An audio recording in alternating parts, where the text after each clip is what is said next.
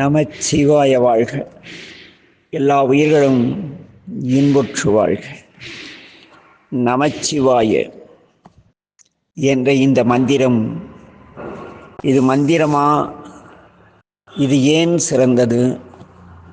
சிவாய நம யானேயோ தவம் செய்தேன் சிவாய நம எனப் பெற்றேன் என்றெல்லாம் ஒரு சில இடங்களிலே திருமுறைகளிலே நாவுக்கரசடிகளும் நம்முடைய மணிவாசகரும் பேசினாலும், பெரும்பாலும் மூவர் முதலிகள் நமச்சிவாய என்ற அந்த மந்திரத்திற்கே முன்னுரிமை கொடுத்து அதனுடைய சிறப்பை மட்டுமே தெளிவாக பேசியிருக்கிறார்களே அன்றி சிவாய நம என்ற மந்திரத்தின் சூக்குமம் உணர்ந்த அவர்கள் அதை வெளிப்படுத்தவில்லை.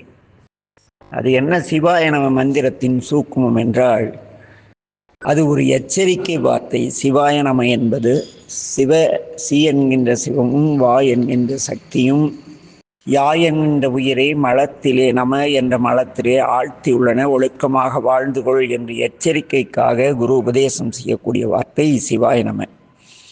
ஆகவே நீ இந்த இடத்திலே சகதி இருக்கிறது, இதில் விழுந்திருக்கிறாய், இந்த சகதியிலே விழுந்திருக்கிறாய், கரையேறிக்கொள், ஒழுக்கமாக இரு என்று பார்த்து வாழ் என்று சொல்லக்கூடிய அந்த ஒரு ஆலோசனை மந்திரம், உபதேச மந்திரமே சிவாய நம. ஆனால் நாம் இந்த பிறவியிலே பிறவாநிலை அடைய வேண்டுமானால் நமச்சிவாய மந்திரமே சிறப்பானது என்று நால்வர் பெருமக்களும் கூறுகிறார்கள். குறிப்பாக ஞானசம்பந்தர், நாவுக்கரசடிகள், சுந்தரர் இவர்கள் மிக தெளிவாக இந்த நமச்சிவாய திருப்பதிகம் என்று பாடியிருக்கிறார்களே தவிர சிவாய நம திருப்பதிகம் என்று எதையும் பாடவில்லை. ஏனெனில் அவர்கள் உண்மை உணர்ந்தவர்கள்.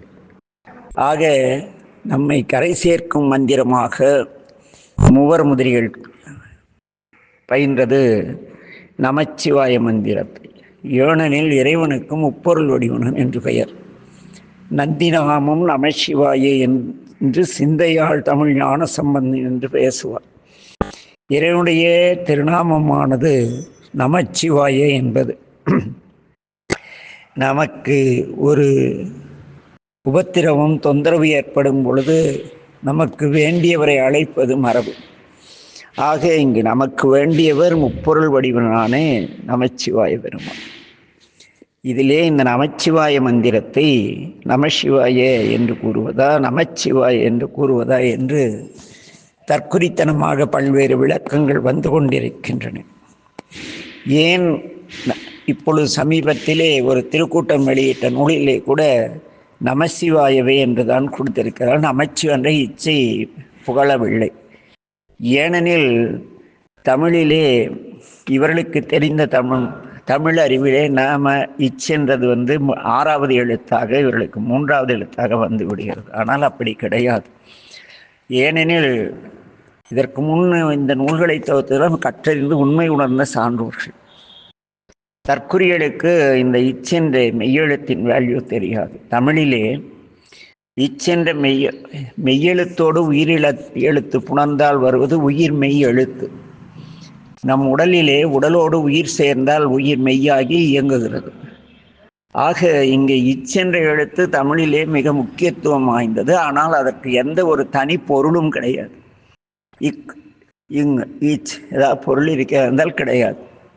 ஆக இங்கே நமச்சிவாய மந்திரத்திலே இச்சு என்பது எண்ணிக்கையில் வராது. நமச்சிவாயவே என்று நின் நாமத்து எழுத்தஞ்சும் நாத்தழும் வேற எழுத்துகின்றிலே நான் எப்பொழுது நமசிவாய நாவில் பதியாது, நமச்சிவாய நாவில் பதியும்.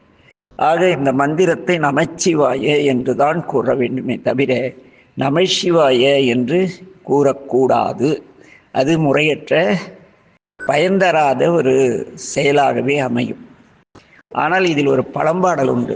உண்மை உணர்ந்தார் மெய்யுணர்ந்தார், உண்மை உணர்ந்தார் தன்னை உணர்ந்தார், தன்னை உணர்ந்தார் மெய்யுணர்ந்தார், மெய்யுணர்ந்தார் கன்றி மெய்யெழுத்து ஓதி நமச்சிவாய கூறல் அரிது என்று வரும். அதாவது தான் யார் என்பதை உணர்ந்தவர்கள், மெய்ப்பொருளாகிய இறைவனை உணர்ந்தவர்கள்.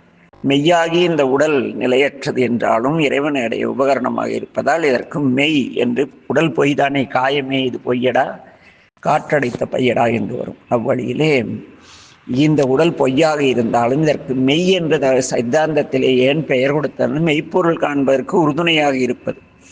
அதுபோல இந்த நம் தமிழிலே இச்சென்ற எழுத்து இல்லையெனில் வேறு எந்த எழுத்தும் கிடையாது. உயிரெழுத்து மட்டும் இருந்தால் ஒன்று வேலைக்காகாது.